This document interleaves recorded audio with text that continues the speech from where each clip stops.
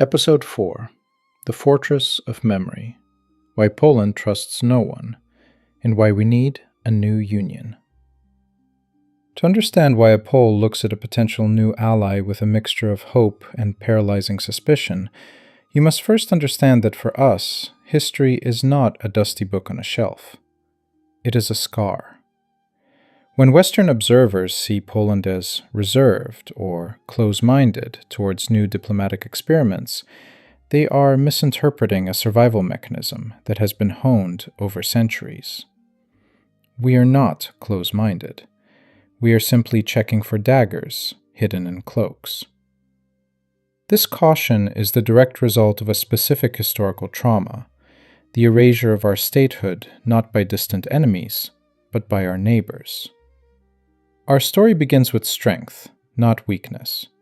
In the 16th century, the Rzeczpospolita, or the Commonwealth of both nations, was arguably the exact type of strong confederacy. This union was a voluntary alliance between Poland and Lithuania, the first of its kind in Europe, cemented by the Union of Lublin in 1569. This superpower, where the king was elected and religious tolerance was the law, stood in stark contrast to the rest of Europe. We were not a buffer state then. We were the gatekeepers of Latin civilization. However, the Golden Age did not last. By the 18th century, the very democracy we cherished, the freedom of the nobility, devolved into paralysis.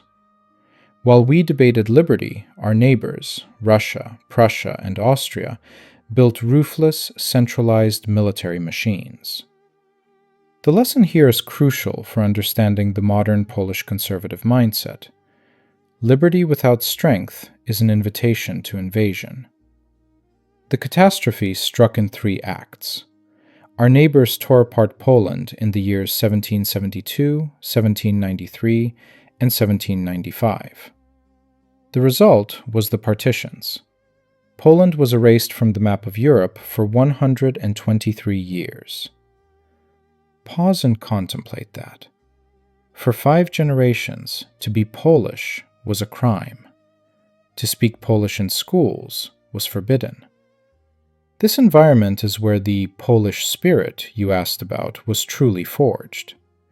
It was born in the defiance of men like Tadeusz Kościuszko, who led a desperate insurrection in 1794 against the Russian Empire.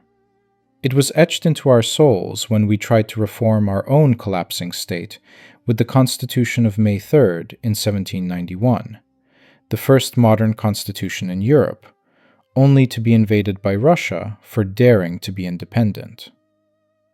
So, why are we reserved today? Our history has taught us that weakness is fatal. The modern Polish liberal looks at the European Union and sees a way to ensure we are never alone again, anchoring us to the West. The conservative views the United States as the only military force powerful enough to intimidate the Russians. But deep down, both sides share the same fear born in 1795. The fear that if we do not cling to a reliable partner, we will vanish again.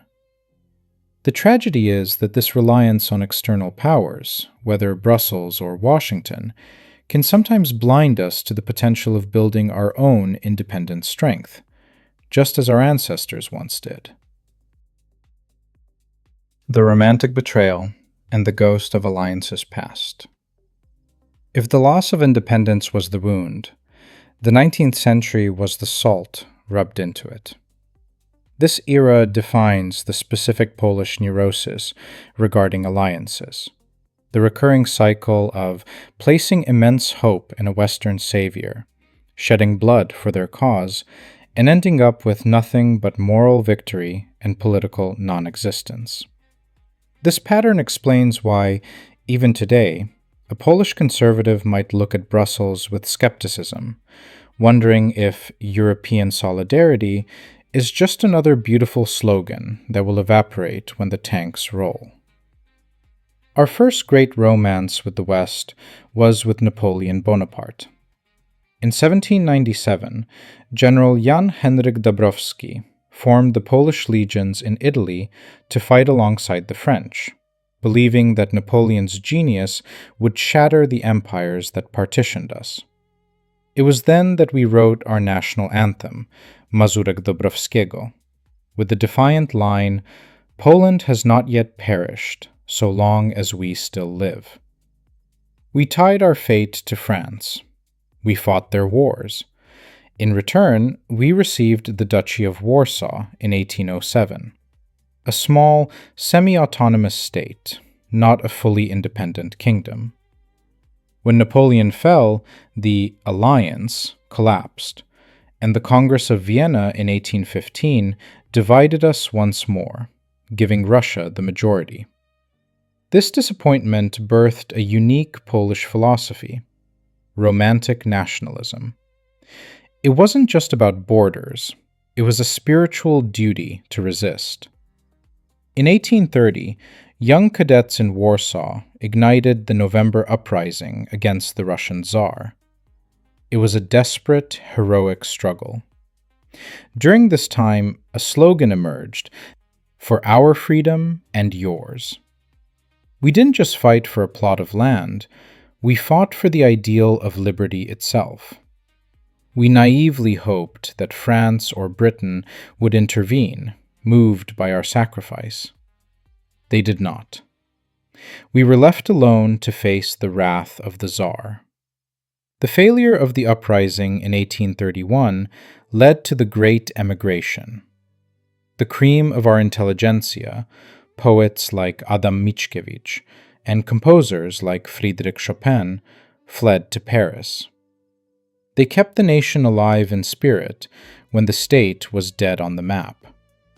This event reinforces the modern Polish fear that if we lose control of our culture and our distinct identity, perhaps to a federalized European superstate, we lose the only thing that kept us existing for those 123 years. Yet, we didn't stop fighting for others. In the Spring of Nations in 1848, Polish generals like Józef Bem led Hungarian troops against Austria. We were present wherever freedom was threatened, hoping that by securing liberty for Europe, we would also secure it for ourselves. Today, when Polish liberals argue for deeper EU integration, they are channeling this 19th century belief in a brotherhood of nations. But when conservatives hesitate, they are remembering the silence of the West in 1831 and 1863. They remember that being the moral inspiration of the world usually meant we were dying while others watched. This historical memory is why a strong confederacy of independent states appeals to the Polish soul. It promises the security of a bloc without the surrender of the sovereignty we fought so diligently to regain. The Sentinel of the East, the miracle that saved Europe, and why we trust ourselves first. The 20th century taught us that we are the only ones who can truly defend our own home, contrary to what the 19th century taught us. In 1918, after the Great War shattered the empires of our oppressors, Poland miraculously re-emerged on the map. We were free, but we were immediately under siege. This era, perhaps more than any other, validates the conservative instinct to prioritize a powerful, independent military over abstract diplomatic assurances. The West celebrated peace in 1918. But for Poland, the war was just beginning. While diplomats in Versailles debated borders on paper, we were actively fighting for them on the ground. The most existential threat came from the East. Vladimir Lenin and the Bolsheviks did not view Poland as a sovereign state, but as a bridge, an annoying obstacle they needed to cross to export their communist revolution to Germany and the rest of Europe. This culminated in the summer of 1920. The Red Army, a juggernaut of ideological fervor, swept toward Warsaw. The survival of our barely reborn state hung by a thread. The Western powers, exhausted by their own war, offered little more than advice and observation missions. Many in the West had already written Poland off, expecting a swift Bolshevik victory. We were alone. It was here that the Polish spirit manifested as sheer military genius and stubborn refusal to die. Under the command of Marshal Józef Pilsudski, the Polish army executed a daring countermaneuver in August 1920. Known to history as the Miracle on the Vistula, the Battle of Warsaw didn't just save Polish independence, it shattered the Red Army and halted the spread of communism into Western Europe for 2 decades. This victory is the cornerstone of modern Polish geopolitical identity. It proved that a strong, independent Polish military body is not a luxury.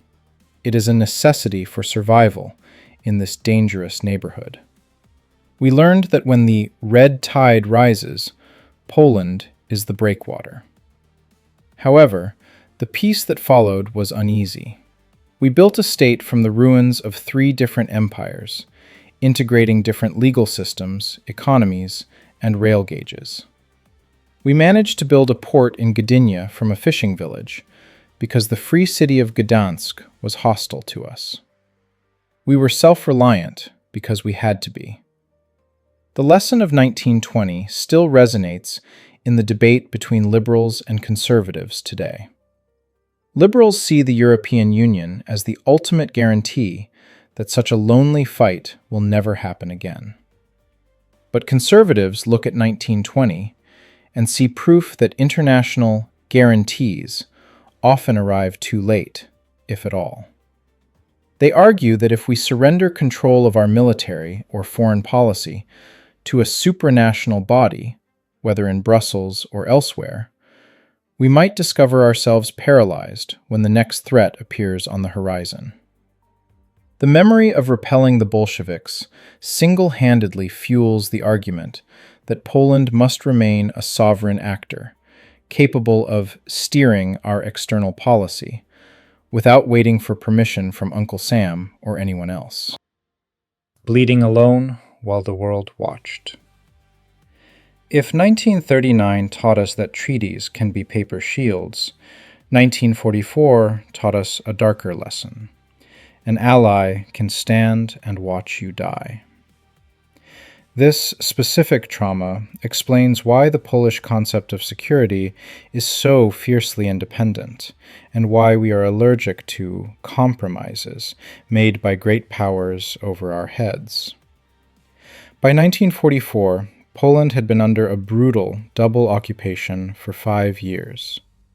The Germans built their death camps on our soil, making occupied Poland the epicenter of the Holocaust, epitomized by Auschwitz-Birkenau. Meanwhile, the Soviets had murdered over 20,000 of our officers in the Katyn forest in 1940. Despite this, we built the largest underground state in occupied Europe, the Polskie Państwo Podziemne, with its army, the Armia Krajowa, or Home Army. The climax of our tragedy came on August 1st, 1944. As the Red Army approached the Vistula River, the citizens of Warsaw rose up.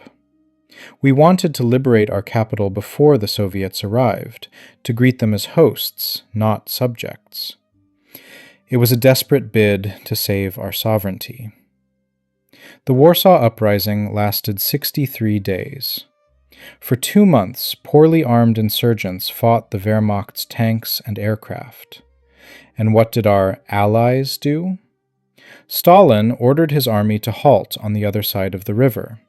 He watched the city burn. He even refused to allow British and American planes carrying supplies for the insurgents to land on Soviet-controlled airfields. The West, afraid of offending Uncle Joe, did little. Warsaw was razed to the ground. 200,000 civilians died. The lesson was brutal. Moral rightness does not compel empires to act. The final betrayal happened not on the battlefield, but in a palace in Crimea. In February 1945, at the Yalta Conference, Franklin D. Roosevelt and Winston Churchill, our trusted allies, agreed to Stalin's demands. Without a single Polish representative in the room, they redrew our borders, handing our eastern cities of Lvov and Vilno to the Soviet Union. They effectively handed Poland over to the Soviet sphere of influence. This is the Yalta Complex that haunts Polish foreign policy to this day. When we hear Western politicians talking about resetting relations with Russia or making pragmatic deals for the sake of global stability, we do not hear diplomacy. We hear Yalta. We hear the sound of our fate being decided in a room where we are not present. This is why the current Polish government pushes so adamantly for a strong confederacy and a real military capability. We know that in the calculus of superpowers, a loyal ally can become expendable currency. The liberal vision of trusting international institutions feels safer, but the conservative memory screams that institutions failed us when we needed them most. We ended the war not as victors, but as a satellite state, trading one occupier for another. The Victory Parade in London in 1946 featured soldiers from every nation that fought Hitler, except the Poles. We were the inconvenient ally. The Satellite State and the False Brotherhood. To understand why the phrase Uncle Sam knows best, or Brussels knows best, grates on Polish ears, you must look at the years between 1945 and 1989. For nearly half a century, we lived under a regime that constantly told us, Moscow knows best. We were officially a sovereign state, the Polish People's Republic, but in reality, we were a satellite, orbiting a sun that burned us.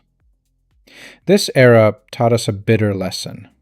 Nominal sovereignty is meaningless if you cannot steer your own foreign policy or command your army. The betrayal of 1945 was not just territorial, it was diplomatic. In June of that year, the United States and Great Britain officially recognized the communist government installed by Stalin in Warsaw, simultaneously withdrawing recognition from the legitimate Polish government in London. The very allies we had bled for in the Battle of Britain and Monte Cassino handed us over to our new jailers.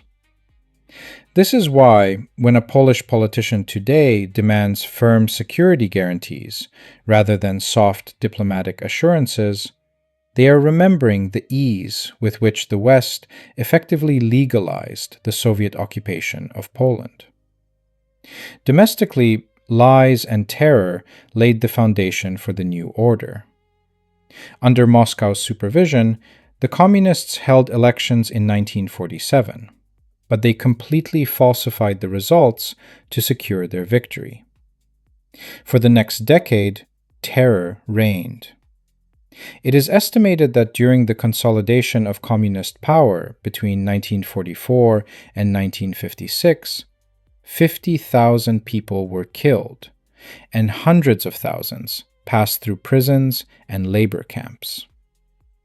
Yet, the Polish spirit of resistance did not vanish. It retreated into the forests. Thousands of partisans, now known as the cursed soldiers, refused to lay down their arms, continuing a desperate, doomed war against the Soviet occupiers and their Polish proxies until 1947, with isolated groups fighting much longer. The last of these partisans died in battle as late as 1963. This stubborn refusal to accept an imposed reality is a core component of our national DNA. It is why we are suspicious of any consensus that feels forced from the outside. The regime tried to break not just our bodies, but our souls. They launched a war against the Catholic Church, the one institution that remained independent. They imprisoned priests and ultimately, in 1953, arrested the primate of Poland, Cardinal Stefan Wyszyński. But even from prison, Wyszyński organized a massive spiritual counter-offensive, the Great Novena, preparing the nation for the millennium of Poland's baptism. The pressure cooker exploded in June 1956 in Poznań. 100,000 workers took to the streets demanding bread and freedom. The communist authorities crushed the protest with tanks, killing 58 people, including a 13-year-old boy. This cycle of protest and repression in 1956, 1968, 1970, and 1976 defined generations. This history explains our current geopolitical neurosis. We spent 45 years in a strong confederacy called the Warsaw Pact. It had a unified foreign policy and a military body. The issue arose from Moscow's command center, which employed tanks to subjugate our freedom. This is why the Polish concept of a confederacy today is strictly conditional on true independence. We are allergic to any structure where a larger partner dictates the rules, whether that partner speaks Russian, German, or English. We want alliances, but never again masters. The awakening of solidarity and the return of the underground. If the previous decades were a lesson in loneliness, the 1980s were a masterclass in self-organization. The Polish concept of a confederacy finds its roots not only in military might, but also in the strength of civil society during this era. It taught us that when the state fails, or turns against its citizens, the nation can and must organize itself. This is why we are skeptical of top-down directives from international bodies that claim to know better than the people on the ground. The pivotal moment occurred during the summer of 1980. The communist economy was collapsing, but the spark for the revolution was not just bread prices, it was dignity. In August, workers at the Gdańsk shipyard went on strike to defend Anna Walentynovich, an opposition activist fired from her job. This was unheard of in the Soviet bloc, a strike not just for wages, but for a person, for a principle.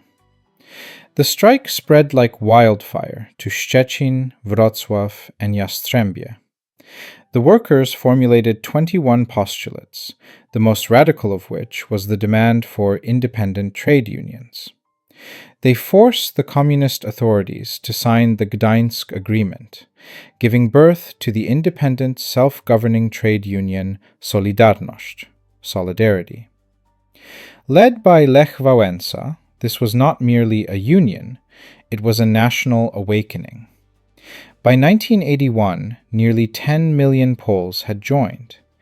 It was the largest grassroots movement in world history formed in such a short time.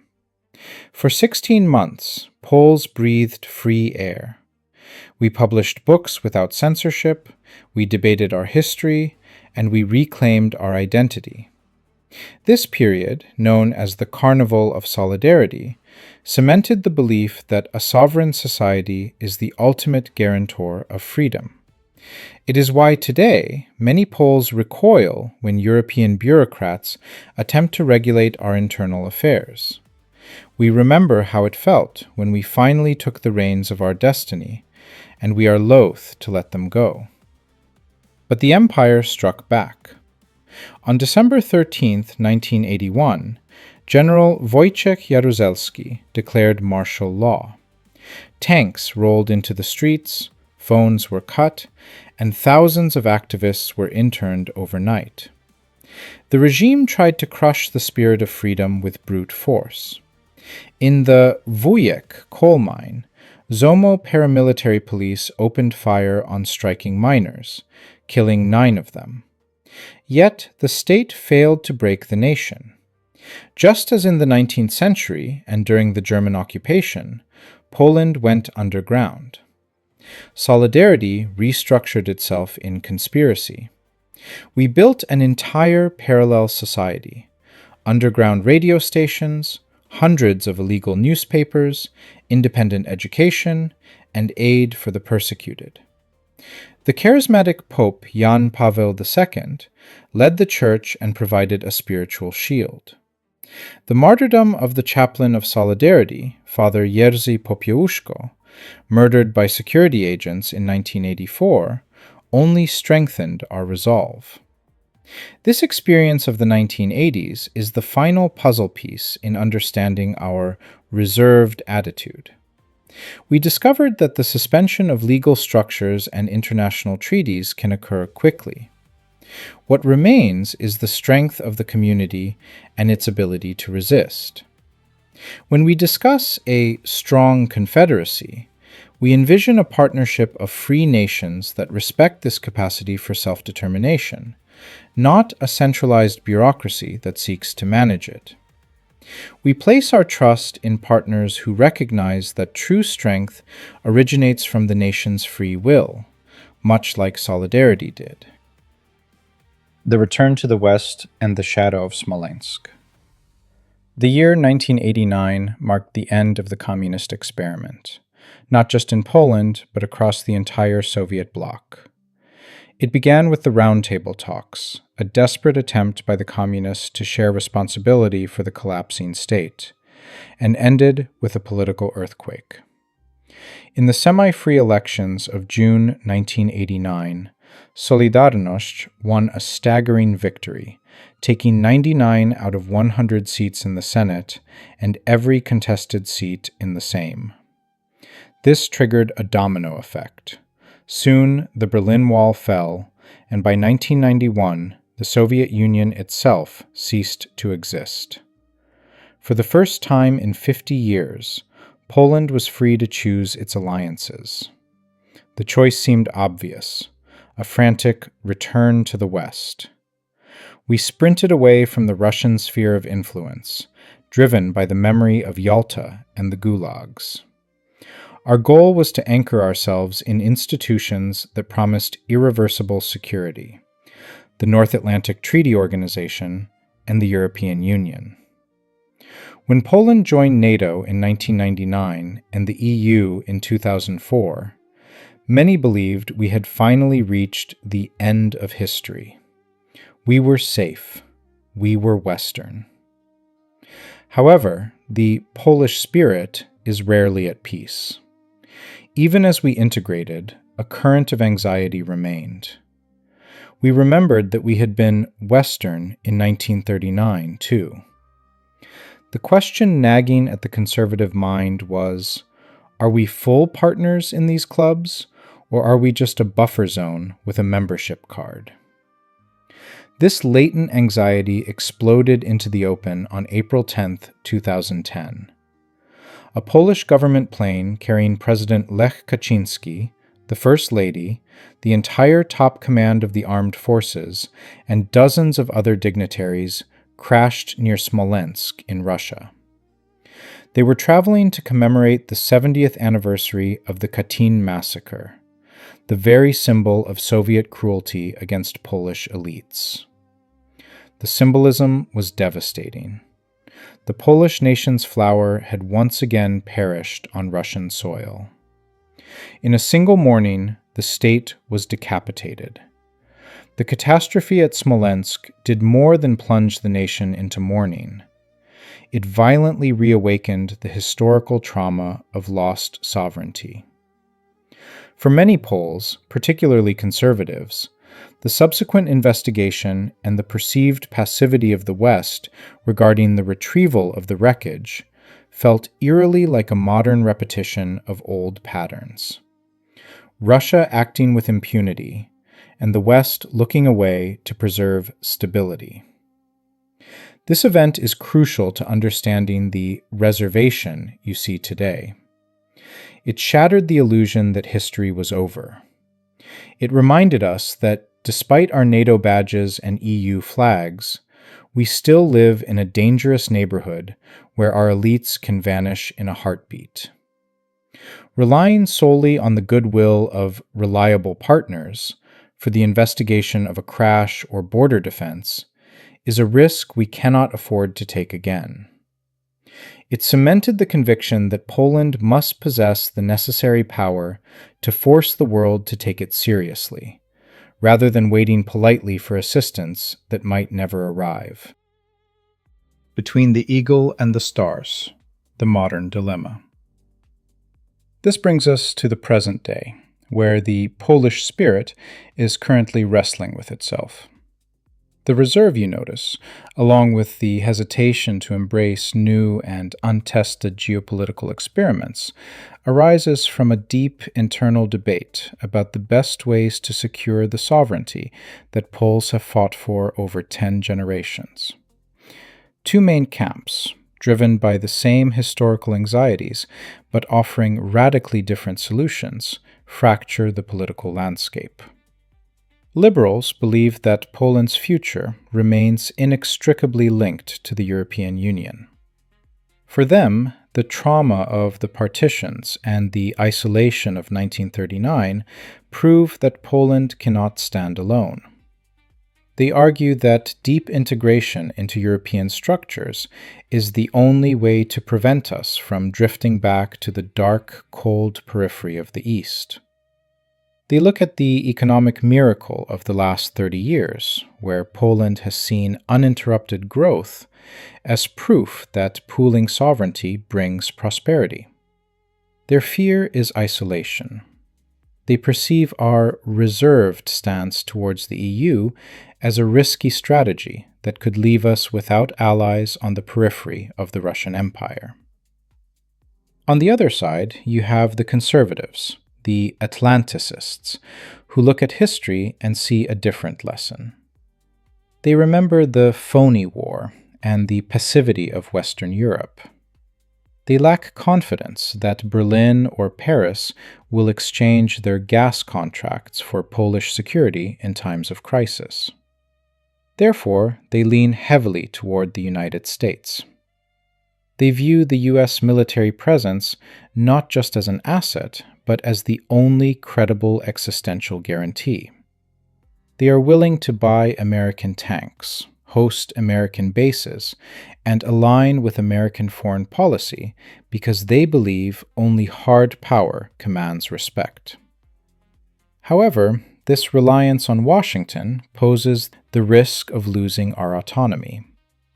There is a growing anxiety, even on the right, that in our desperation to avoid being a vassal of Moscow or a province of a federalized Europe, we might inadvertently become a client state of Uncle Sam.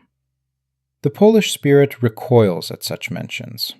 We survived the partitions, the Nazis, and the Soviets to avoid taking orders from another capital, no matter how friendly it may be. This is why we appear close-minded to outside observers. When a diplomat from a third country proposes a new alliance, or when a think tank suggests a novel regional bloc, a Pole does not see an opportunity. He sees a potential trap. He asks, "Where were you in 1939? Where were you in 1944? Can you deploy a tank division to the Vistula in 48 hours? If the answer is no, the proposal is politely shelved. We are not closed-minded. We are risk-averse because our margin for error is zero. A French or British mistake in foreign policy costs money or influence. A Polish mistake in foreign policy costs our existence. This creates a high barrier to entry for any new partner. We rely on NATO and the EU, not because they're flawless, but because they're the only ones who have stopped the tanks. But deep down, there is a hunger for something more. A structure where Poland is not a petitioner, but a pillar. We should strive to establish a genuine confederacy in which our historical voice holds significant weight. The fallacy of closed-mindedness and the return of the Jagiellonian dream. We have reached the core of the issue. You asked why we appear closed-minded to new opportunities and why this is a fallacy. The answer lies in the weight of the history we have just traversed. A nation that has lost 6 million citizens in a single war, seen its borders shifted hundreds of kilometers by foreign dictators, and endured 45 years of satellite status, does not have the luxury of being open-minded in the way a tourist is open to trying new cuisine. For Poland, an alliance is not a diplomatic gala. It is a life insurance policy written in blood. The perception of Polish reserve is actually a misinterpretation of our extreme realism. We are not rejecting the world. We are vetting it. We don't love the US or EU blindly. They're the only powers that can counter the East.